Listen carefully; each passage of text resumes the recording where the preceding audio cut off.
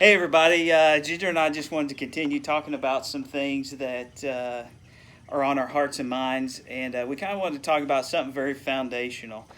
And as we've been studying God's Word, we see that there's few things that Satan would more want to do than to destroy your marriage and your family. And why is that? Well, because God created marriage, and that was His intent.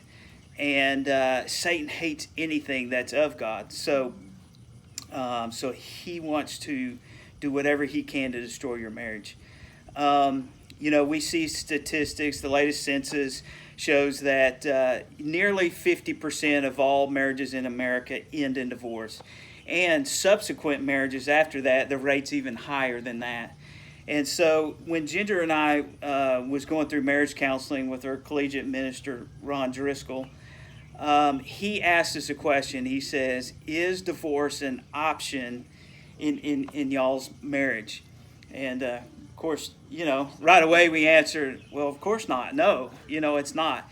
But that got us to thinking that, anyone's susceptible to divorce. Any marriages, especially those that are wanting to serve God. Satan's really going to come after you. So we've talked about that, and I'm telling you, our marriage hasn't been perfect by any means, and we've had some pretty strong struggles, and it's been hard. But we made a decision that we were going to stay together no matter what. We were going to work through issues, and it's been hard. We've had you have to work at it. You have to make those decisions and go, we're not going to let these things get into our marriage, that can cause divorce. So. We've read in Ecclesiastes chapter 4 some things that has really helped us, and Ginger's going to read those. Two are better than one because they have a good return for their labor. For if either of them falls, the one who will lift up his companion. But woe to the one who falls when there is not another to lift him up. Furthermore, if two lie down together, they keep warm. But how can one be warm alone? And if one can overpower him who is alone, two can resist him. A cord of 3 strands is not quickly torn apart. So see, God thinks it's good. It's good to have marriage and to have someone there to help you, because when you're out there alone, you're weaker and more susceptible to attack. So even a marriage that the couples aren't really serving God, they still have that bond, and they can be stronger than by themselves. Right. And Satan hates that even, and wants to destroy that. So he talks there about a cord of 3 cannot quickly be torn apart.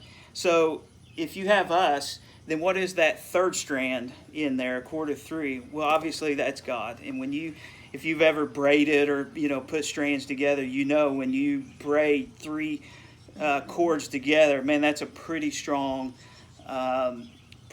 cord that can't be easily torn apart. Obviously, only 2 is weaker than 3, so it's so important to have God intertwined into your marriage in the middle of that, and that will make you very strong, and that's what it's going to take. To have that strong marriage there together. So we also read through ways that you can that can help you to maintain that strong bond in your marriage. Go ahead. You want to read that? Right, and one of the ways is to be alert, be ready, be willing to notice when there's something that is trying to break that bond, when there is something kind of trying to wedge its way into your marriage or into your relationship.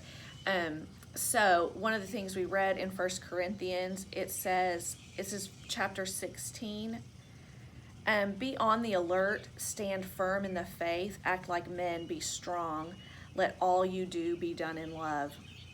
So we have to be alert, we have to be ready to attack when Satan is trying to wedge his way into your marriage. You have to just pay attention, be strong. And it says, let all you do be done in love. So that means try your best to do all things in love. And even when you need to communicate what you feel is a problem, communicate it in love. It comes off a lot better.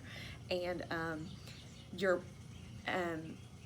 spouse is going to be more willing to listen to what you have to say if you're saying it in love and not in anger or something like that. So let's be alert.